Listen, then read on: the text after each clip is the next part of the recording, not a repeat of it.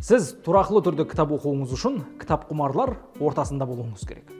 Қарақалпақстан Республикасы Жастар істер басқармасы басшылығы Полат Мақсатбаевтың тікелей қолдап қуаттылауыменен кітапқұмарлар орталығы ашылды. Бұл орталыққа кітап оқуға қызығатын әрбір замандасымыз, әрбір отандасымыз қосыла алады.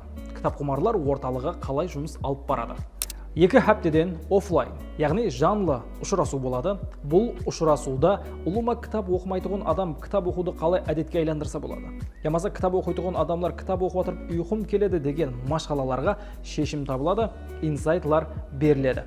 Біз тек 2 апталық офлайн ұшырасудан тысқары онлайн бір-бірімізбенен байланысып тұрамыз. Яғни Telegram тармағынан кітапқұмарлар орталығы деген топар ашылған, орталыққа ағза болған адамлар сол топарға да ағза болады. Ол топарда құры бос, қодырен гәплер емес, кітап оқу үшін мотивациялар, мәнілі, үндеулер, сондай нәрселер болады. Һәм ұшырасудың қай жерде, қай уақытта болатығыны осы топарда шешіледі. Ең басылысы сіздің кітапқұмарлар орталығыңыз болады.